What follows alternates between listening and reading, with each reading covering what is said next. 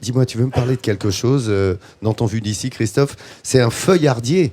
C'est Ouais, quelqu'un ouais. qui taille quelque chose, c'est un métier ancestral. Mais Tu sais, j'ai une affection toute particulière pour ces hommes et ces femmes qui sauvent des métiers qui ont bien failli disparaître. Alors feuillardier en fait partie. C'est un métier qui est complètement lié, bien évidemment, à la présence du châtaignier ici, qui a donné beaucoup de noms. Chastanet, on salue Christophe des Pays de Loire. Castagnier, journaliste évidemment. de France 3, évidemment. Pays de Oui, Loire. tout à fait. Et alors, ce châtaignier, quand il repousse, il fait des toutes petites pousses. On les coupe. Et à quoi servent les feuillards? C'est justement ce que va vous expliquer Guy Philippe. Il est à Tamniès, très joli village. On le retrouve dans la forêt de Dordogne. Cette hachette à 70 ans, elle était à mon grand-père. Elle a servi à mon père, elle me servira à moi, elle me survivra, je pense, largement. Guy est feuillardier. Un métier qui se perpétue dans certains coins de la Dordogne. Le feuillard, c'est cette tige de jeunes châtaigniers qui pousse en taillis et s'utilise en tonnellerie. Une activité ancienne pratiquée par les paysans. Feuillardier, on n'a pas besoin de beaucoup de surface de terrain à exploiter pendant l'hiver pour se faire un revenu un peu plus conséquent qu'autrement. Et puis la chance, c'est qu'on revient 4 ans après sur le même champ, sur le même taillis, on le recoupe 4 ans après, donc le revenu revient.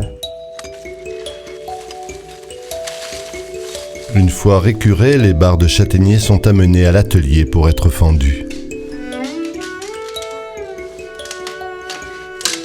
Ces feuillards destinés à la décoration des barriques servaient autrefois à les protéger. Ces cercles étaient beaucoup utilisés pour le transport. On appelle ça des cercles de transport. D'ailleurs, c'était fait pour protéger les fûts, pour les faire rouler sur les décharger sur les gabarres, sur les quais. Guy trouve ainsi un complément aux 700 € de pension agricole. 1 € le feuillard, le paquet en contenant 50, le calcul est vite fait. Adieu. Jean-Marie, c'est l'artisan qui fabrique les cercles. Une trentaine de feuillardiers lui fournit la matière première, des feuillardiers qui pour la plupart ont plus de 80 ans. Là, les feuillardiers deviennent de plus en plus âgés et il n'y a pratiquement aucun jeune qui veut reprendre le métier, quoi. Parce que beaucoup trouvent que c'est quand même assez physique. Le métier est physique, mais à la portée des plus persévérants.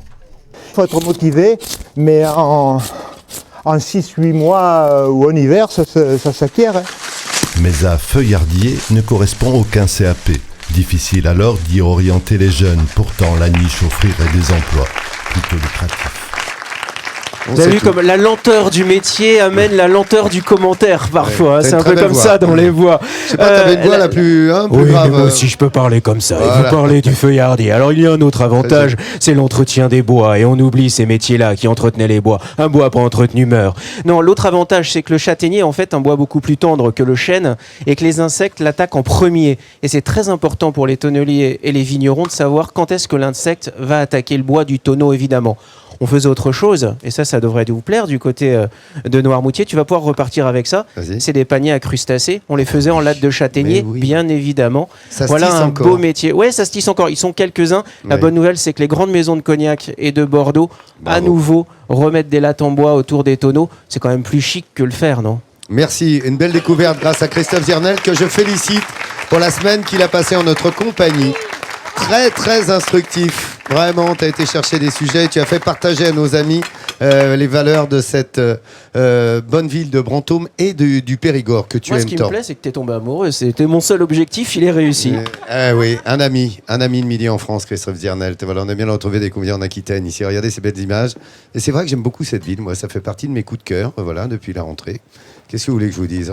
Quand on voit ça, regardez les saules pleureurs comme ça, hein, qui viennent prendre leur base et leur nourriture ici auprès de cette drone, ben, on a envie de s'y poser. L'été, il y a les canoës sur la rivière. Ouais. On se croirait vraiment à Venise. C'est vraiment Venise, la Eh oui. Venise du Périgord. Si Hein. on veut se faire des serments d'amour, c'est ici qu'il faut venir l'été. Oh, ça m'étonne pas de toi, Sûr. mesdames.